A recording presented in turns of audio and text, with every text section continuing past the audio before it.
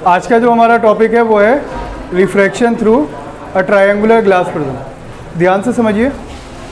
सबसे पहले इस ट्रायंगुलर ग्लास प्रिज्म पर मैंने एक ये लाइट रे इंसिडेंट कराई है ऑन फर्स्ट फेस। इसको बोलते हैं इंसिडेंट रे, इसको बोलते हैं इंसिडेंट रे। ठीक है, ये हमारी इंसिडेंट रे है।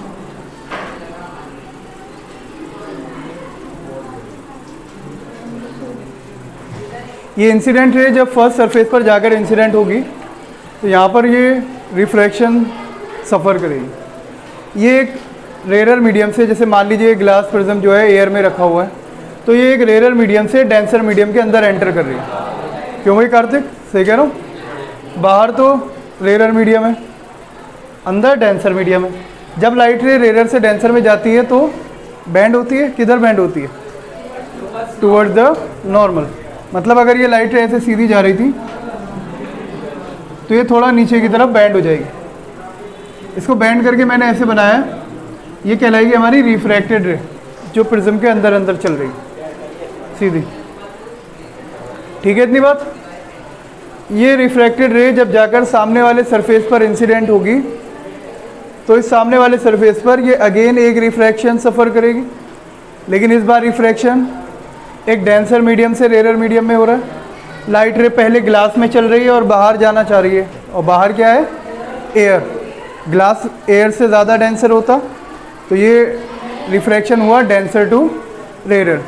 और बताओ ज़रा, अगर लाइट रे डेंसर से रेयर मीडियम में जाएगी तो उसका रिफ्रैक्शन, उसकी बेंडिंग किस तरफ होगी? Away from the normal. इस बार जो नॉर्मल है ये डैश लाइन से बनाया हुआ है मैंने, ये नॉर्मल ऐसे बना हुआ है। अगर आपको अवे फ्रॉम नॉर्मल बैंड करना है इस रिफ्रैक्टेड रे को, तो इसको नीचे की तरफ बैंड होना पड़ेगा ऐसे, और फाइनली ये प्रिज्म से बाहर आ जाएगी। ठीक है भाई अर्चित?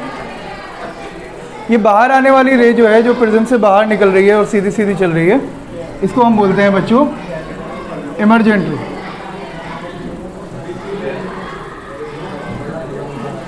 ठीक,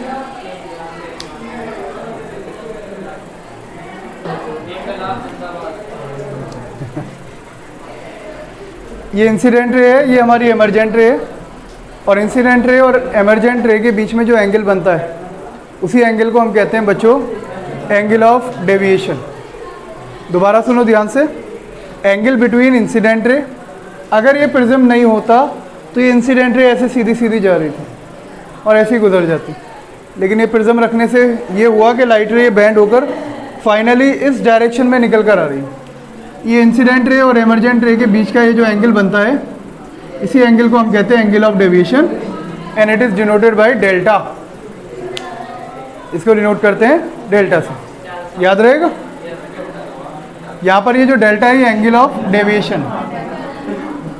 अच्छा, दूसरी बात, ये एंगल जो इंसिडेंट रे बनाएगी नॉर्मल के साथ, इसको बोलते हैं एंगल ऑफ इंसिडेंस, और इसको डिनोट करते हैं हम आई से, याद रहेगा।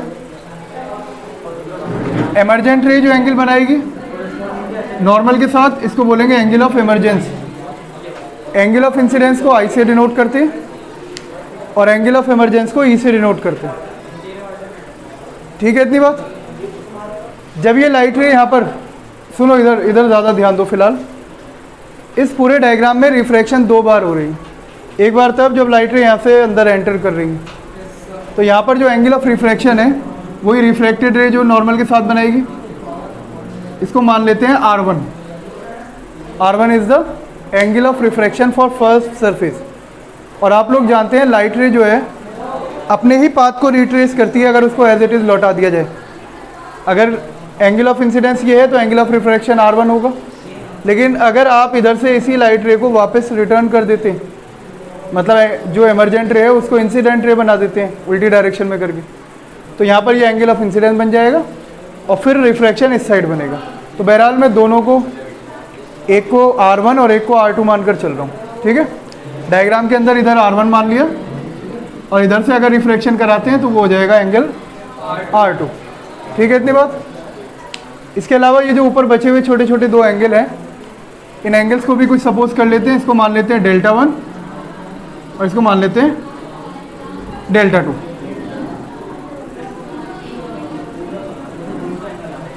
ठीक है।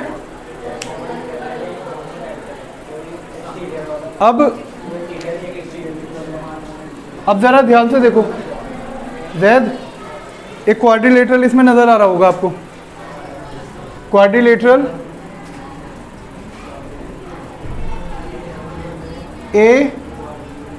N1 O N2। N1 N2 वो पॉइंट है जहाँ पर ये दोनों नॉर्मल बने। N1 N2 मानूँ या कुछ और मानूँ? N1 N2 ठीक है, या Mn भी मान सकते हैं, नीचे 1 2 का चक्कर खत्म हो जाएगा, वही कर दूँ। एक को M एक को N मान लेते हैं, ऐसे करते हैं। तो ये आपका क्वाड्रिलेटरल बन जाएगा AMON। नजर आया सबको?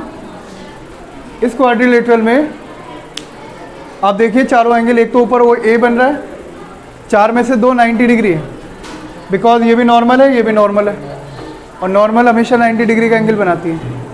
क्वाड्रिलेटरल के चारों एंगल का सम कितना होगा? 360 डिग्री। उसमें से दो 90 90 के हो गए, तो 180 तो ये हो गया। जो बचे हुए दो एंगल्स हैं, इसका मतलब इनका सम भी 180 होना चाहिए।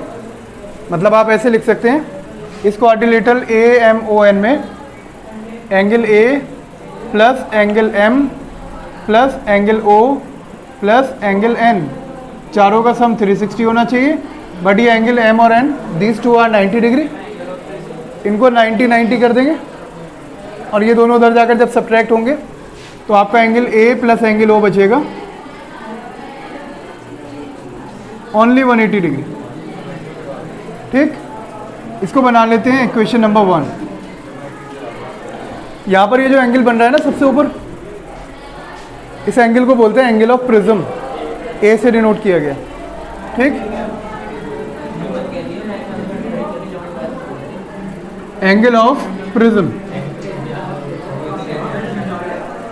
एंगल ऑफ प्रिज्म उन दोनों सरफेस के बीच का एंगल है जिन दो सरफेस से रिफ्रैक्शन अकर हो रही है।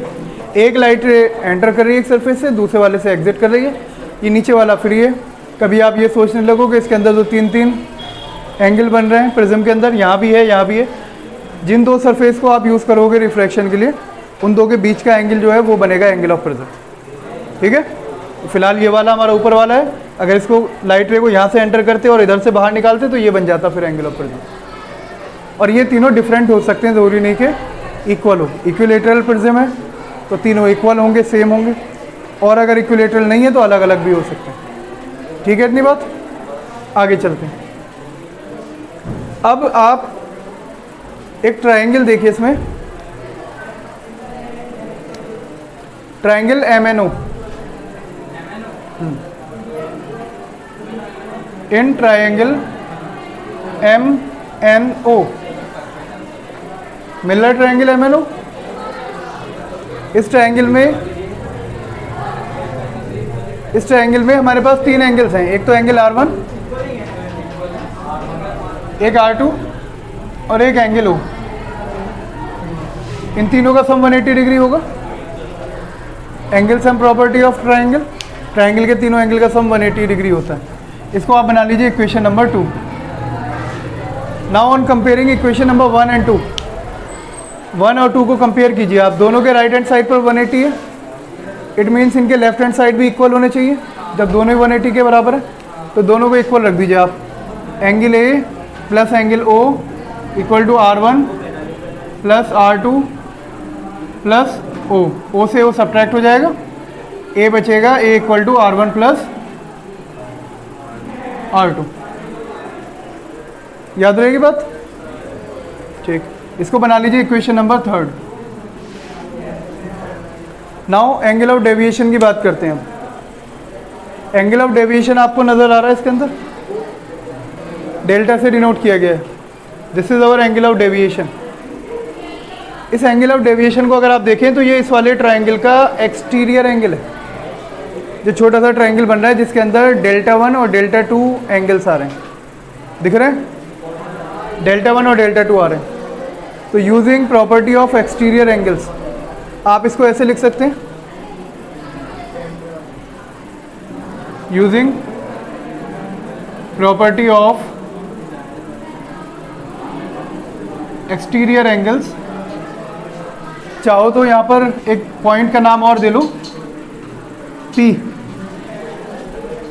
तो एक्सटीरियर एंगल की प्रॉपर्टी इन ट्रायंगल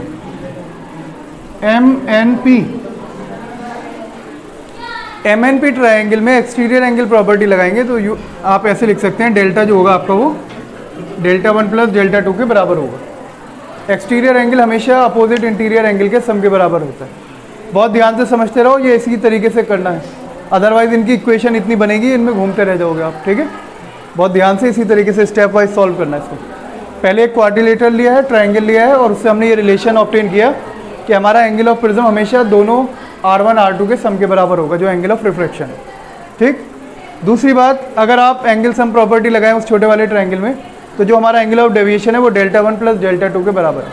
और डेल्टा 1 और डेल्टा 2 क्या है, इनको भी आप देख लो, ये नॉर्मल और इंसिडेंट रे, ये दोनों एक दूसरे को इंटरसेक्ट कर रही है एट पॉइंट M। तो ये पूरा एंगल I और delta 1 plus R1, these two are vertically opposite angles, these two are vertically opposite angle. तो आप I को लिख सकते हैं डेल्टा 1 प्लस R1, है ना। और इस साइड देखें अगर N पॉइंट पर, तो यहाँ पर एमरजेंट रे और नॉर्मल ये दोनों इंटरसेक्ट कर रहे हैं। यहाँ पर भी ये वर्टिकली अपोजिट एंगल का एक पेयर मिल जाएगा आपको, जिसमें आप लिख सकते हैं कि आपका ये जो एंगल E है, E इक्वल होगा डेल्टा 2 प्लस R2। यहाँ से डेल्टा 1 निकाल लीजिए, यहाँ से डेल्टा 2, यहाँ से डेल्टा 1 आ जाएगा I माइनस R1, और यहाँ से डेल्टा 2 आ जाएगा E minus R2। Putting these two values in this equation we will get delta equal to I minus R1 plus E minus R2। इसके ब्रैकेट ओपन कीजिए, R1 R2 को एक तरफ और I और E को एक तरफ। तो जो एंगल ऑफ डेविएशन है ये आपको मिलेगा I प्लस E माइनस, दोनों में से कॉमन ले लेते हैं R1 में से और R2 में से, तो ब्रैकेट में बचेगा R1 प्लस R2। और ये R1 प्लस R2 क्या है, ऑलरेडी इक्वेशन थर्ड बना रही हुई है ना, using equation third R1 plus R2 को आप A लिख सकते हैं। तो angle of deviation delta equal हो जाएगा I plus E minus A। यह है आपका एंगल ऑफ डेविएशन। ये वाली। अब हमें निकालना है एंगल ऑफ मिनिमम डेविएशन। ठीक है, एंगल ऑफ डेविएशन आपने देखा, ये एंगल ऑफ डेविएशन जो है ये एंगल ऑफ इंसिडेंस पर डिपेंड करता है। A तो कांस्टेंट है, एक बार प्रिज्म आपने लगा दिया तो A की वैल्यू फिक्स हो जाएगी जो भी एंगल ऑफ प्रिज्म होगा। लेकिन ये I और E ये बदलेंगे, जैसे जैसे आप I चेंज करेंगे वैसे वैसे E चेंज होगा। मतलब एंगल ऑफ इंसिडेंस और एंगल ऑफ इमरजेंस दोनों एक दूसरे पर डिपेंड करेंगे। अगर हम इनका ग्राफ बनाएं, angle of incidence versus angle of deviation, तो इसका जो ग्राफ होता है ना कुछ इस टाइप का बनकर आता है। ग्राफ से हम हेल्प लेने वाले हैं इस बार, ध्यान से समझिए। अगर आप एंगल ऑफ इंसिडेंस I और इधर एंगल ऑफ डेविएशन डेल्टा, इन दोनों के बीच में एक ग्राफ बनाएं, तो किसी भी ट्रायंगुलर ग्लास प्रिज्म के लिए ये ग्राफ का शेप कुछ इस टाइप का होता। शुरुआत में वैल्यू कम होती है, कम होते होते उल्टा प्लॉट करना है।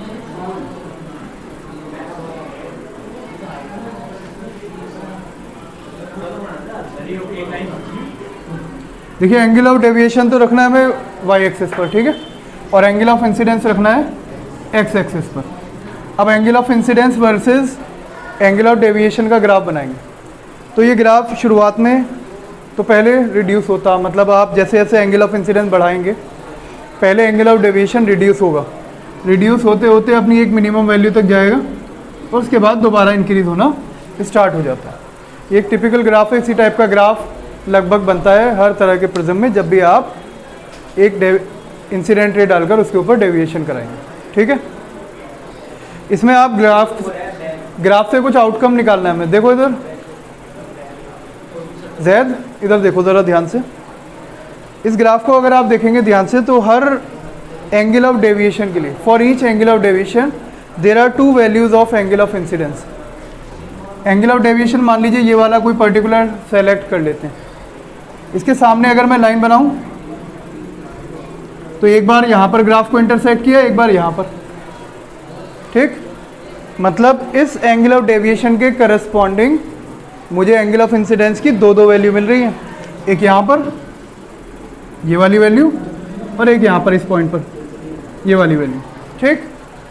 असलियत में ऐसा ही होता है, दो एंगल ऑफ इंसिडेंस के लिए सेम एंगल ऑफ डेविएशन मिलता है।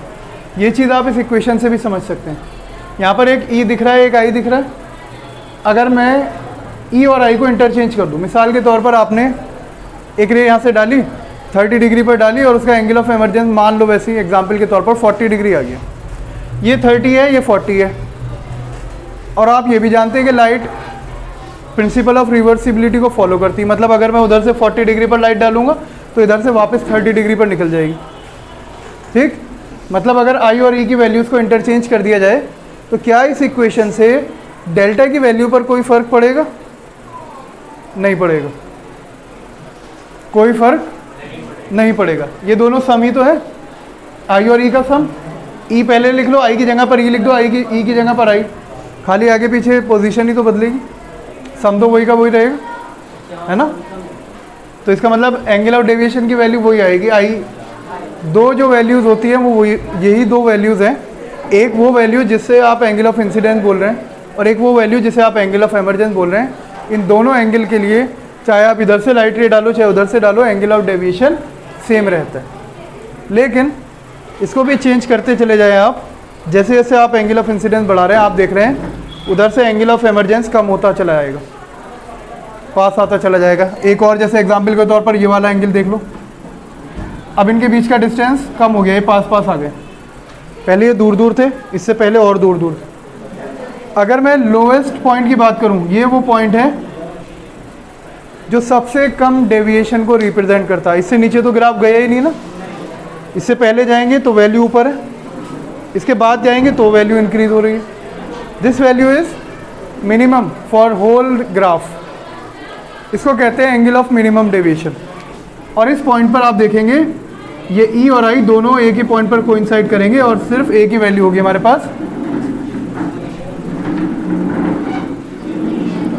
एक ही वैल्यू होगी ई और आई की, जिसके लिए आप कह सकते हैं ई और आई दोनों सेम हो जाएंगे, इक्वल हो जाएंगे, ठीक।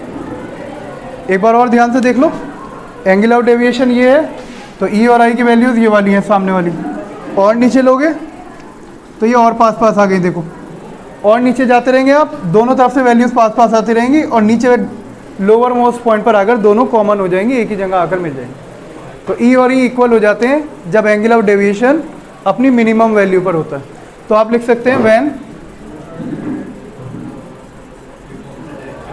When angle of deviation is minimum, और मिनिमम डेविएशन के एंगल को डीएम से डिनोट करते हैं, angle of minimum deviation. When angle of deviation is equal to DM या angle of minimum deviation, at this time I will be equal to E. Is it clear to everyone?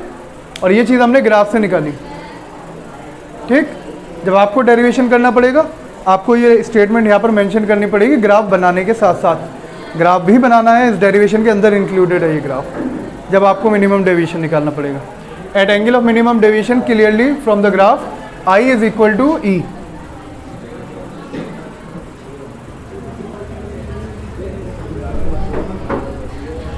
तो यहाँ पर आई और ई दोनों की जगह पर आई रख दीजिए आप और डेल्टा की जगह पर रख दीजिए डीएम। तो हमारा डीएम इक्वल हो जाएगा I plus I minus A. I plus I is 2i, 2i minus A DM के बराबर। और यहाँ से आई निकालें तो माइनस ए उधर जाकर प्लस ए बन जाएगा और आई इक्वल टू आ जाएगा आपका DM plus A divide by 2। ये एंगल ऑफ इंसिडेंस, ये 2 इसके साथ था, अपॉन में आ गया। पहले ये माइनस वाला उधर गया, फिर ये अपॉन में गया, ठीक है। एक इक्वेशन अभी थोड़ी देर पहले बनाई थी, आपको याद होगी, R1 plus R2 equal to ए, ठीक। जब angle of incidence and angle of emergence दोनों इक्वल हो जाएंगे, ठीक। एक एंगल ऑफ इमरजेंस के लिए या एक एंगल ऑफ इंसिडेंस के लिए एंगल ऑफ रिफ्रैक्शन भी तो इक्वल हो जाएगा। यहाँ से जो भाई आप एयर से ग्लास में लाइट रे इंसिडेंट करा रहे हैं, एयर और ग्लास के बीच का जो रिफ्रैक्टिव इंडेक्स होगा, refractive index of glass with respect to air, वो तो एक कांस्टेंट क्वांटिटी है, और कांस्टेंट है इसका मतलब एंगल ऑफ इंसिडेंस जितनी बार सेम रहेगा उतनी बार एंगल ऑफ रिफ्रैक्शन भी वही सेम आने वाला है। ठीक, अगर ई और आई को मैं इक्वल रख दूँ तो ये R1 R2 भी दोनों जो एंगल ऑफ रिफ्रैक्शन है इधर से और उधर से, ये भी दोनों सेम हो जाएंगे।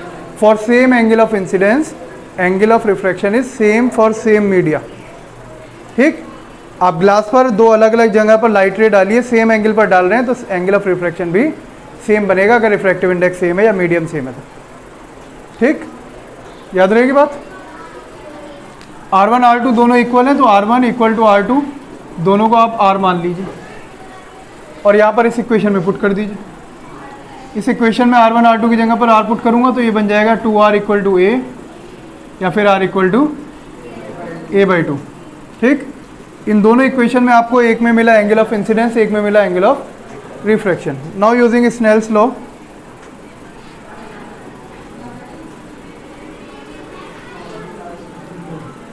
according to Snell's law, n2 upon n1 is equal to sin I upon sin R। n2 upon n1 is equal to sin I upon sin R, सब जानते हैं। I की जगह पर एंगल ऑफ इंसिडेंस पुट कर दो, वो कितना है dm plus a divide by 2 and angle of refraction वो है A/2 के बराबर, तो अपॉन में साइन R की जगह पर साइन A/2 रख देंगे, ये होता है फॉर्मूला। ठीक, लेकिन अभी मज़ा नहीं आया। एक काम करते हैं, वैसे तो ये यहाँ पर आ चुका है फॉर्मूला, ये फाइनल है, बट अगर कोई प्रिज्म बहुत पतला है जिसका एंगल ऑफ प्रिज्म बहुत स्मॉल है, फॉर थिन ग्लास प्रिज्म, अगर हमारा प्रिज्म बहुत पतला है तो उसके लिए angle of incidence angle of prism बहुत छोटा होगा, ए की वैल्यू बहुत स्मॉल होगी। And for small angle sine i is approximately equal to i, sine theta लगभग थीटा के बराबर होता है स्मॉल एंगल्स के लिए। ठीक, तो स्मॉल एंगल्स के लिए आप ये लिख सकते हैं n2 अपॉन n1 को साइन आई की जगह पर, साइन थीटा की जगह पर ये पूरा थीटा लिख दीजिए, dm plus a divide by 2, और ये नीचे जो A/2 है इसे लिख दीजिए A/2, 2 से 2 कट जाएगा, यहाँ बचेगा ऊपर dm प्लस a, नीचे बचेगा सिर्फ a। इसको क्रॉस मल्टीप्लाई करा दीजिए, क्रॉस मल्टीप्लाई कराकर क्या बनेगा ये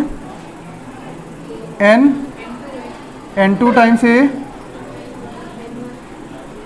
एक काम करते हैं, इस n2 अपॉन n1 को n21 ही लिख देते हैं, है ना, तो हो जाएगा n21 into a is equal to dm plus a। ठीक है इतनी बात, यहाँ से ये इधर ले आया मल्टीप्लाई में, और ये जो n2 अपॉन n1 है इसको n21 लिख दिया है, तो n21 times a equal to dm plus a के इक्वल होगा। यहाँ से प्लस a इधर ले आइए, माइनस a बन जाएगा, और dm इक्वल हो जाएगा n21 a minus a common ले लो, dm इक्वल हो जाएगा n21 minus 1 times a common ले लिया। ये होता है angle of minimum deviation for thin prism, उन प्रिज्म के लिए जिनका एंगल ऑफ प्रिज्म बहुत स्मॉल है।